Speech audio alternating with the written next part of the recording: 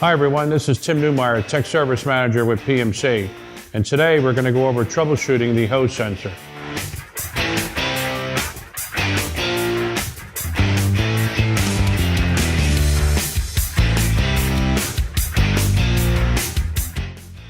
Okay, today we're going to go over troubleshooting the hose sensor and using the manual override on the Eaton and the Omron controllers.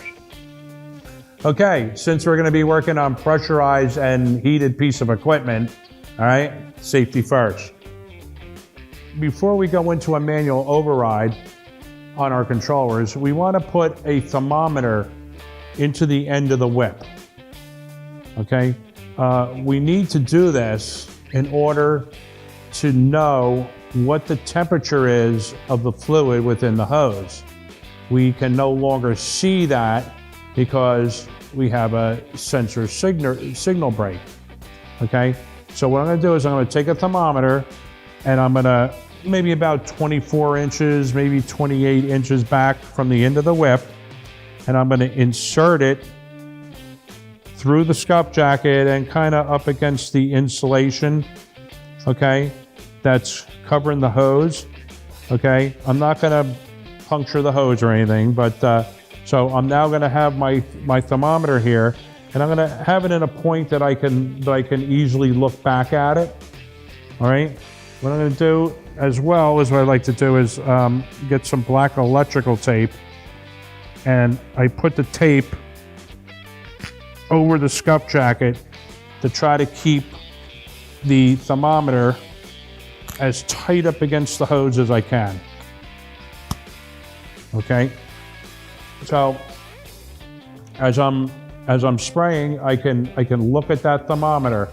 One thing to always keep in mind is that the temperature reading on this thermometer is approximately 20 degrees below what the actual fluid temp is inside of the hose. Okay, so if I need 120 degrees to spray with, I want to see 100 degrees on this thermometer. Okay, as I said before, we have two different controllers. This is our Eaton controller. It's the most common controller that we have on PMC equipment, but we also have the Omron brand, which we've introduced onto our equipment about a year or so ago, but we're gonna show how to manually override both controllers. Okay, what we're seeing here is what the Eaton controller will be flashing when we're getting a break in the signal from either the sensor TSU or somewhere within the purple wire within the length of the hose. What we're doing here is on this manual override is a temporary fix, okay? So we can continue to work until we get a replacement part, either a new sensor or we fix the break within the hose. Okay, so as we're showing this error code, you're gonna notice that the amp light down on your hose transformer is off, okay? We are going to now raise the percentage of power that the hose heat system is putting out. And we're gonna continue to raise this. The white amp light will begin to pulse until we get up to 100% of power. The amp light will be on solid, okay? So we're gonna keep it at 100% until we reach our required set point that's on the thermometer within the whip, okay? Once we get to our required set point, we're now gonna drop that percentage down to say 70%. Okay, so we're gonna drop that down to 70, but we have to keep an eye on that throughout the course of the day. Okay, and keeping in mind that this is a temporary override. Okay, everyone, we're going to see here that this is the signal error that is going to show on the newer style Omron controller. Right? It's showing almost the same as what was on the Eaton, but rather than SBER, this is SERR. So it's a sensor signal error. Okay, so what we're going to do is, and you're going to notice that these buttons are a lot smaller than are on the Eaton, but what we're going to do is we're going to push in this middle button PF, and we're going to hold it for a second or two, and the number on the right hand side is going to go to 0. Okay, so everything is going to function the same as what we had on the Eaton controller. Okay, so we're going to raise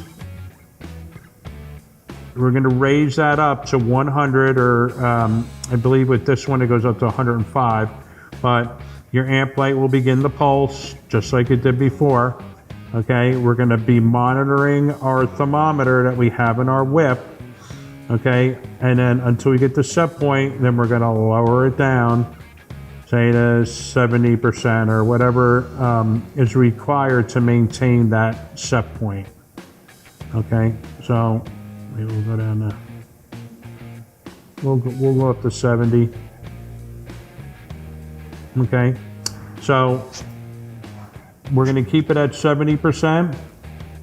Like I said, you're going to raise or lower that percentage number as required throughout your day of spraying. But also keep in mind that we need to buy a new part. We need to get a replacement part for whatever is wrong. Okay, either the sensor or if you have a bad purple wire within your hose, but the part needs to be replaced. Thanks again for watching. Look for more videos from PMC and have a safe day.